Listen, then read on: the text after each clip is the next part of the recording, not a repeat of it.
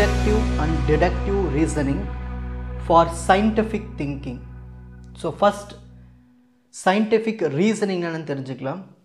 Scientific thinking relies on logical reasoning to study, explain and predict natural phenomena. நேச்சுரலாக நடக்கிற அந்த ப்ராசஸை study பண்ணுறதுக்கும் அதை எக்ஸ்பிளைன் பண்ணுறதுக்கும் நம்ம சயின்டிஃபிக்காக திங்க் பண்ணணும், அதாவது லாஜிக்கலாக திங்க் பண்ணணும். ஓகேங்களா? Reasoning allows scientists to move from observations to general laws. So இல்லை எக்ஸ்பிரிமெண்ட் பண்ணுறாங்க, அதில் நிறைய அப்சர்வேஷன்ஸ் கிடைக்குது, அதிலிருந்து சில இன்ஃபர்மேஷன் எடுக்கிறது, ஒரு ஃபைனல் டெசிஷனுக்கு கொண்டு வரது general laws, or from general laws to specific prediction. ஓகேங்களா? ஸோ ஒரு எக்ஸ்பிரிமெண்ட் பண்ணி அதுலேருந்து வர அப்சர்வேஷன்ஸை வச்சு ஃபைனலாக ஒரு ப்ரெடிக்ஷனை கொண்டு வராங்களே, அதுதான் ரீசனிங். இதில் நம்மளுக்கு ரெண்டு டைப் ஆஃப் ரீசனிங் இருக்குது. ஒன்று இண்டக்டிவ் ரீசனிங், இன்னொன்று டிடக்டிவ் ரீசனிங். ஸோ ரெண்டுமே ஒரு ரிசர்ச்சுக்கும் சரி, ஏதாவது ஒரு ஹைப்போதீசிஸை ஃபார்முலேட் பண்ணுறதுக்கும் சரி, எக்ஸ்பிரிமெண்ட் பண்ணுறதுக்கும் சரி, தியரியை வேலிடேட் பண்ணுறதுக்கு எல்லாமே இந்த ரீசனிங் மெத்தட்ஸ் ரொம்ப ஹெல்ப்ஃபுல்லாக இருக்குது. ஸோ ஃபஸ்ட்டு பார்க்க போகிறது இண்டக்டிவ் ரீசனிங். அதாவது ஒரு குறிப்பிட்ட ஒரு ஸ்பெசிஃபிக்கான அப்சர்வேஷன்ஸ்லேருந்து ஜென்ரலாக ஒரு கன்க்ளூஷன் கொண்டு வர்றது, எடுத்துகிட்டு வர்றது, அதுதான் இண்டக்டிவ் ரீசனிங். ஓகேங்களா? It moves from the particular to the general. So particular observations கிடைக்கும், அதுலேருந்து ஒரு ஜென்ரல் சரிசமமாக ஒரு ஜென்ரல் நார்மலாக ஒரு ஸ்டேட்மெண்ட்டை கொண்டு வருது. It is often used in the early stages of scientific research to form theories. So சில தியரிலாம் இருக்குது இல்லையா, நிறைய தியரி இருக்குல்ல, கெமிஸ்ட்ரிலாம் பார்த்து நிறைய தியரி இருக்கும், அந்த தியரியெல்லாம் ஜென்ரலைஸ் பண்ணி கொண்டு வரத்துக்கு சில பர்டிகுலரான அப்சர்வேஷன்ஸ்லாம் தேவைப்பட்டது, அதான் இண்டக்டிவ் ரீசனிங். ஸோ இதில் என்னென்ன ஸ்டெப்ஸ் இருக்குதுன்னு பார்க்கலாம். ஃபர்ஸ்ட் அப்சர்வேஷன், டேட்டாவை கலெக்ட் பண்ணணும், அந்த டேட்டாஸ்லேருந்து என்னென்ன ட்ரெண்ட் இருக்குது, ரெகுலாரிட்டிஸ் இருக்குது, ரிலேஷன்ஷிப் இருக்குதுன்னு கண்டுபிடிக்கணும். அப்புறம் அதுலேருந்து ஒரு ஜென்ரலைஸ்டு ஒரு கன்க்ளூஷனுக்கு கொண்டு வரணும். ஃபைனலாக நம்ம என்ன பண்ணணும்னா ஒரு தியரியை கொடுக்கணும். இதுதான் அந்த 4 ஸ்டெப்பு. ஸோ இதுக்கு ஒரு எக்ஸாம்பிள், ரியல் லைஃப் எக்ஸாம்பிள் பார்க்கலாம். ஃபஸ்ட் அப்சர்வேஷன், த சன் ரோஸ் இன் த ஈஸ்ட் டுடே, த சன் ரோஸ் இன் த ஈஸ்ட் எஸ்டர்டே, த சன் ரோஸ் இன் த ஈஸ்ட் லாஸ்ட் வீக், த சன் ஆல்வேஸ் ரைஸ் இன் த ஈஸ்ட். இதில் பார்த்துட்டோம்னா சன் இருக்குது, அப்புறம் ஈஸ்ட்னு இருக்குது. ஸோ இதுமாரி நம்மளுக்கு டேட்டாஸ் கிடச்சிருக்கு. இப்போ இதிலேருந்து சயின்டிஃபிக் எக்ஸாம்பிள் பார்க்கலாம். Observing multiple species of plant, scientist notice they grow faster under sunlight. அப்போ இதில் தான் தெரிஞ்சுக்கிறாங்க சன்லைட் தான் பிளான்ட் க்ரோத் கொடுக்குது. இதில் நம்ம என்ன தெரிஞ்சுக்கிட்டோம், சன் எப்பயுமே எங்கே தான் வரும், ஃபைனலாக ஈஸ்ட்டில் தான் உதிக்கும்.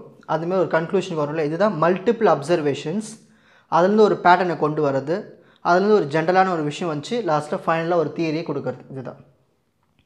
ஓகேங்களா? This generalisation May lead to experiment on photosynthesis. அதுக்கப்புறமா அடுத்தடுத்த ப்ராசஸ் போவோம், ஃபோட்டோசிந்தசிஸ் பற்றி தெரிஞ்சுப்போம், அக்ரிகல்ச்சர் ப்ராக்டிசஸ் பற்றி தெரிஞ்சுப்போம். இதுதான் inductive reasoning. Provide probable conclusions, கண்டிப்பாக நடக்கும். ஒரு 100% சொல்லாமல் 90%, 98% ப்ராபபிளாக இருக்கும். ஹைப்போதீசிஸ் ஜென்ரேட் பண்ணுறதுக்கும் யூஸ்ஃபுல்லாக இருக்குது. புது புது பேட்டர்ன்ஸை உற்பத்தி பண்ணுறதுக்கும், அதாவது புது புது பேட்டர்ன்ஸை க்ரியேட் பண்ணுறதுக்கும் கண்டுபிடிக்கிறதுக்கும் இந்த இண்டக்டிவ் ரீசனிங் யூஸ்ஃபுல்லாக இருக்கும். Can be modified with new evidence. So புதுசாக ஏதோ ஒரு எவிடன்ஸ் கிடச்சின்னா அந்த அப்சர்வேஷனில் போட்டு திரும்பவும் நம்ம என்ன பண்ணலாம், ரெஃப்ரெஷ்மெண்ட் பண்ணி புது ரீசனிங் ஏதாவது கொண்டு வரோம், conclusion. Next deductive reasoning. Deductive reasoning is the process of applying general principles to specific cases to draw conclusions. நம்ம ஏற்கனவே சில கோட்பாடுகள்லாம் இருக்கும், அதை பயன்படுத்தி அதிலேருந்து ஒரு கன்க்ளூஷனை கொண்டு வரும். அதாவது ஜென்ரலாக ஒரு ஸ்டேட்மெண்ட் இருக்கும், அதுலேருந்து ஒரு ஸ்பெசிஃபிக் ஸ்டேட்மெண்ட்டை கொண்டு வர்றது. இது எல்லாமே எப்போனா இந்த டெஸ்டிங் பண்ணுறதுக்கு, வேலிடேஷன் பண்ணுறதுக்கு பயன்படுத்தும் ஏதாவது ஒரு ஹைப்போதீசிஸ் ஸ்டேட்மெண்ட்டு. ஸோ இதில் ஸ்டெப்ஸ் பார்க்கலாம்.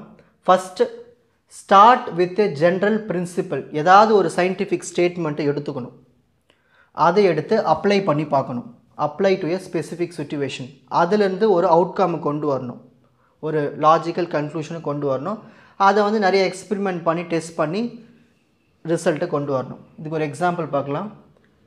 ஆல் மெம்மல்ஸ் ஹேவ் பேக் போன், இது ஜென்ரல் ரூல். இதுலேருந்து நான் ஒரு ஸ்பெசிஃபிக்காக ஒரே ஒன்று கொண்டு வர போகிறேன், டால்ஃபினும் மெம்மல் தான். அப்போ இது என்ன கன்க்ளூட் பண்ணலாம், எல்லா மெம்மல்ஸ்க்கும் பேக் போன் இருக்குது, டால்ஃபின் ஒரு மெம்மல்னு சொல்லிச்சு. அப்போ டால்ஃபின் என்னது, டால்ஃபினுக்கு என்ன இருக்கும், பேக் போன் இருக்குன்னு ஒரு கன்க்ளூஷன் கொண்டு வரல. இதுதான் டிடக்டிவ் ரீசனிங். ஸோ ஜென்ரலாக ஒரு ஸ்டேட்மெண்ட் இருக்கும், அதுலேருந்து ஒரு குறிப்பிட்ட ஒரு ஸ்டேட்மெண்ட் எடுத்து அதை கம்பேர் பண்ணி அதுலேருந்து ஒரு கன்க்ளூஷன் கொண்டு வரோம். ஓகேங்களா? ஸோ ஃபர்ஸ்ட் இது ஒரு சயின்டிஃபிக் எக்ஸாம்பிள் பார்க்கலாம்னா, water boils at 100 degree Celsius at sea level. Okay, இதுலேருந்து ஸ்பெசிஃபிக் கேஸ் பார்க்குறோம். பாயில் வாட்டர் அட் சி லெவல்னு சொல்கிறோம். அப்போ water will boil at 100 degree செல்சியஸ்னு சொல்லாமல் experiment confirm the prediction validating the principle. நம்ம ஜென்ரலாக ஒரு லா சொல்லிடுறோம், அதுலேருந்து ஒரு ஸ்பெசிஃபிக் ஸ்டேட்மெண்ட் சொல்கிறோம். இதுலேருந்து நம்ம ப்ரெடிக்ட் பண்ணுற தண்ணி வந்து 100 டிகிரி செல்சியஸுக்கு தான் பாயில் ஆகும்னு இந்த மாதிரி எக்ஸ்பிரிமெண்ட் பண்ணி ஒரு லாஸை நம்ம என்ன பண்ணுறோன்னா வேலிடேட் பண்ணுறோம், ப்ரெடிக்ட் பண்ணுறோம். இதில் என்னென்ன கீ ஃபீச்சர்ஸ் இருக்குது பார்த்துட்டிங்கன்னா, இஃப் ப்ரிமிசஸ் ஆர் ட்ரூ, நம்ம எடுத்துக்கிற அந்த ஜென்ரல் ஸ்டேட்மெண்ட் ட்ரூவாக இருந்துச்சுன்னா நம்ம எடுக்கிற கன்க்ளூஷன்ஸ் ஈஸியாக கிடச்சிரும். Help in testing hypothesis, validating theory and making prediction. இப்போ ஏதோ ஒரு லா கண்டுபிடிச்சிட்டாங்கன்னா அந்த லாவை டெஸ்ட் பண்ணி பார்க்குறதுக்கு எல்லாமே இந்த மாதிரி தான் யூஸ்ஃபுல்லாக இருக்கும். Relies heavily on logical reasoning and establish scientific law. So நம்ம இது எல்லாமே லாஜிக்கல் ரீசனிங் படி ஜென்ரல் லா வந்துடுச்சு, அதுலேருந்து ஒரு ஸ்பெசிஃபிக் ஸ்டேட்மெண்ட் கொண்டு வந்ததுக்கு அப்புறமாவும் நம்மளுக்கு இன்னும் ஸ்ட்ராங்காக இருக்கும் அந்த statement. Role of both reasoning types in scientific thinking. இங்கே பாருங்கள், இண்டக்டிவ் ரீசனிங்கில் சயின்டிஸ்ட்டுக்கு என்ன ஹெல்ப்ஃபுல்லாக இருக்கும்னா புது புது பேட்டர்ன்ஸும் புது புது ஹைபாத்திசிஸும் உருவாக்குறதுக்கு யூஸ்ஃபுல்லாக இருக்கும். இதுவே டிடெக்டிவ் ரீசனிங்க்கு சயின்டிஸ்ட் எப்படி ஹெல்ப்ஃபுல்லாக இருக்குன்னா கண்டுபிடிச்ச அந்த ஹைபாத்திஸை டெஸ்ட் பண்ணுறதுக்கு வேலிடேட் பண்ணுறதுக்கு எல்லாமே புது புது ப்ரெடிக்ஷன் கொண்டு வரதுக்கு எல்லாமே டிடெக்டிவ் ரீசனிங் யூஸ்ஃபுல்லாக இருக்கும். அப்போது ஒரு சயின்டிஸ்ட்டுக்கு இந்த ரெண்டு ரீசனிங்குமே முக்கியம். அப்போ தான் ஒரு கம்ப்ளீட் சயின்டிஃபிக் மெத்தட் மூலிமா நம்மளுக்கு ஒரு எவிடன்ஸ் கிடைக்கும், அந்த எவிடன்ஸ்லேருந்து ஒரு ப்ராப்பரான கன்க்ளூஷன் கிடைக்கும். Example of combined use. இப்போ பாருங்கள், இண்டக்டிவ் பாருங்கள், observing that plants in sunlight grow faster. இதில் நம்ம ஒரு ஹைபாத்திசிஸ் கொண்டு வரோம், சன்லைட் எப்பயுமே வந்து பிளான்ட் க்ரோத்தை கொடுக்கும்னு இண்டக்டிவ் ஃபேஸில் முடிவு பண்ணுறோம். இப்போ டிடெக்டிவ் ஃபேஸில் பாருங்கள், testing the hypothesis by exposing some plant to sunlight and some to shade. இப்போ நான் டெஸ்ட் பண்ணி பார்க்க போகிறேன். என்ன சொல்லியிருக்கேன், சன்லைட் வந்து செடி வந்து சன்லைட்டை நல்லா வளரும்னு ஒரு ஹைபாத்திசிஸ் ஒரு ஜென்ரல் ஸ்டேட்மெண்ட் கொண்டு வந்தாச்சு. இதை நான் டெஸ்ட் பண்ணி பார்க்க போகிறேன் டிடெக்டிவ். அப்படி டெஸ்ட் பண்ணி பார்க்கும்போது எனக்கு என்ன ஆகும், ரிசல்ட் இன்னும் கிடைக்கும். ஸோ அதுதான் வந்து டிடெக்டிவ் ஃபேஸ். ஸோ இதுலேருந்து ஓகே ஆயிடுச்சுன்னா ஹைபாத்திசிஸ் நம்ம ஃபஸ்ட் ஸ்டெப்பில் கண்டுபிடிச்ச அந்த ஹைபாத்திசிஸ் கரெக்டுன்னு கிடச்சிரும். ஸோ கன்க்ளூஷன் பார்க்கலாம். Inductive reasoning build knowledge from observations to theory. First ஒரு சில அப்சர்வேஷன்ஸ் எடுத்து ஒரு தியரிக்கு கொண்டு வருவோம். டிடெக்டிவ் ரீசனில் அந்த தியரியை அப்ளை பண்ணி ஒரு ஸ்பெசிஃபிக்கான ஒரு ஸ்டேட்மெண்ட் கொண்டு வரும், இதுக்கு செக் பண்ணுறதுக்கு ப்ரெடிக்ட் பண்ணுறதுக்கு.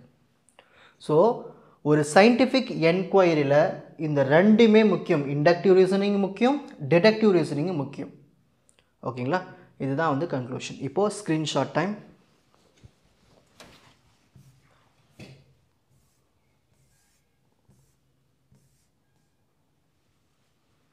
First, introduction to scientific reasoning.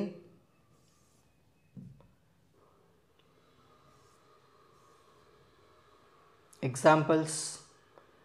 இதுக்கு நீங்களே ஓனாக நிறைய எக்ஸாம்பிள்ஸ் கொடுத்து பேப்பர் ஃபில் பண்ணலாம். நல்லாயிருக்கும் இந்த கொஷின். நல்லா விஷயம் புரிஞ்சிட்டிங்கன்னா நீங்களே சூப்பர் எக்ஸாம்பிள்ஸ் கொடுக்கலாம்.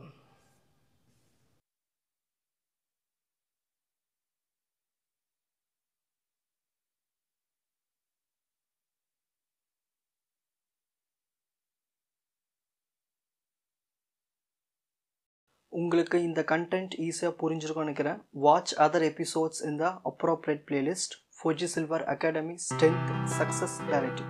வணக்கம்.